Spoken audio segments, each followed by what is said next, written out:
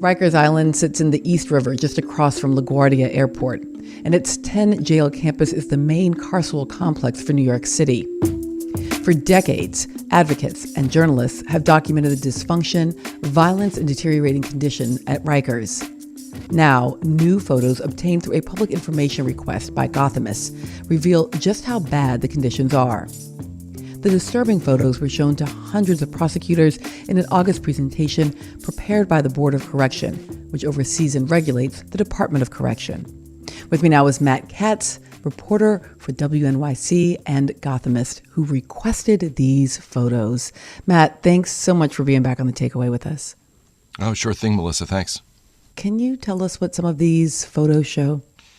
Yeah, I mean, they're pretty disturbing stuff. I mean, images have emerged from Rikers in the past, but nothing of this significance, at least nothing in the recent past. We have about 35 slides, pictures and videos that were shown to these prosecutors. One of them is an image of a man in an intake facility. There are pictures of the crowded intake areas where people who are arrested first come, and there's no place to really sort of move. People are lying on the ground, and apparently in these intake facilities, there is a lack of toilets. So you see in one image a man defecating in his shorts and being left in his soiled clothes for nearly 12 hours. There are time-stamped images showing this individual from one point in time to another, and he eventually gets new clothes, but it's another incarcerated person, not jail staff, that bring him a change of clothes. We have images of a detainee locked in a caged shower that they sort of use as a kind of solitary confinement for periods of time. This person is locked in for nearly 24 hours before he's removed via gurney because he injured himself. There's pictures of moldy food. There are several images and videos of incarcerated people administering first aid and chest compressions to other sick detainees because there's no medical staff or correction officers who are apparently available or present or willing to assist people who appear to be in serious medical need.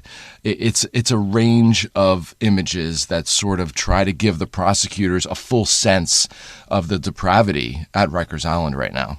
As you're describing this, it feels important to remind people that most folks at Rikers are awaiting trial. They have not been convicted of a crime. You're talking about intake, right? So this is simply meaning someone who's been arrested in this country, people who have rights. I want to take a listen for a moment to a former Rikers detainee who was a panelist at the August event. Let's take a listen.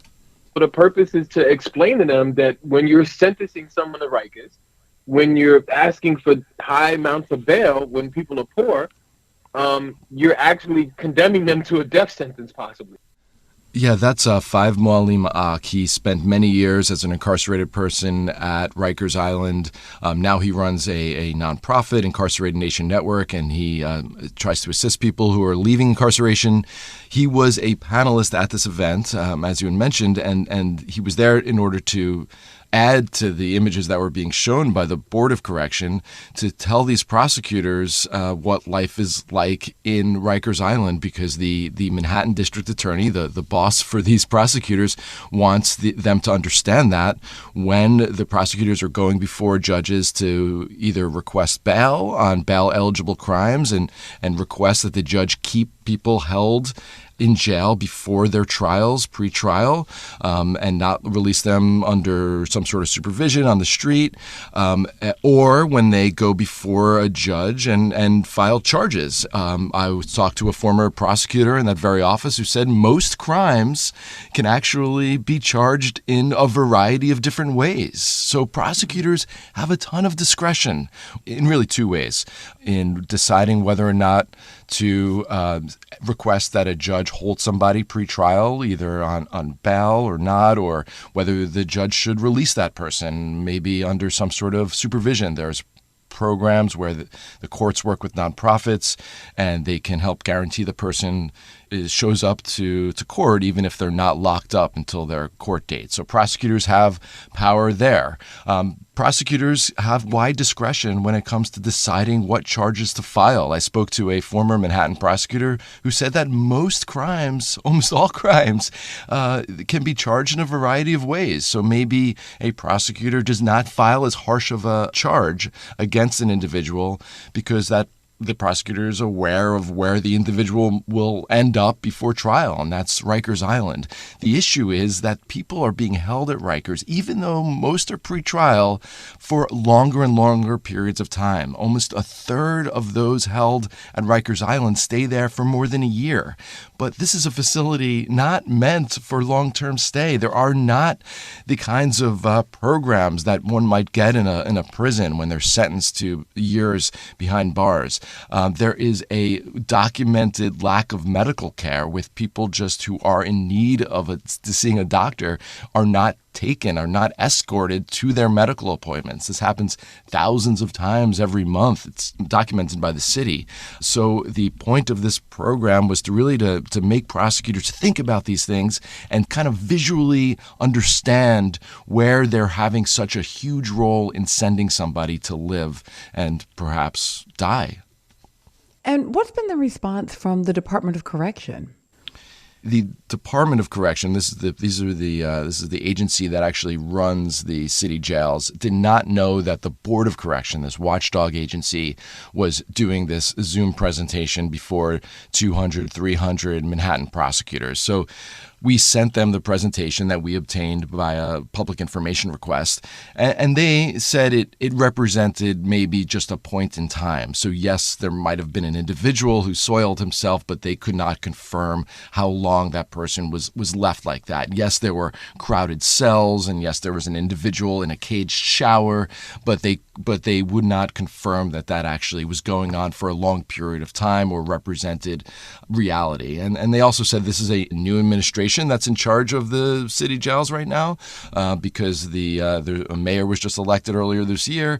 He put in a new team, and the commissioner of the Department of Correction blamed his predecessors for a lot of the dysfunction at the facility and the physical damage at the facility that he says he's trying to repair. But there is an effort afoot to wrest control of the city jails away from this current administration. There are a lot of activists and defense attorneys want an actual federal takeover of New York City jails because they believe a federal receiver appointed by a judge is the only way that they can try to make this place a little bit more humane. What happened to the movement to close Rikers? Yeah, it's still slated to happen. This was a decision made by the prior mayor in New York a couple of years ago to close Rikers Island by a certain date and create smaller jails in different places in the city. The problem is, and this is supposed to happen by 2027, and the smaller jails are, they're being built. They're starting to make that happen.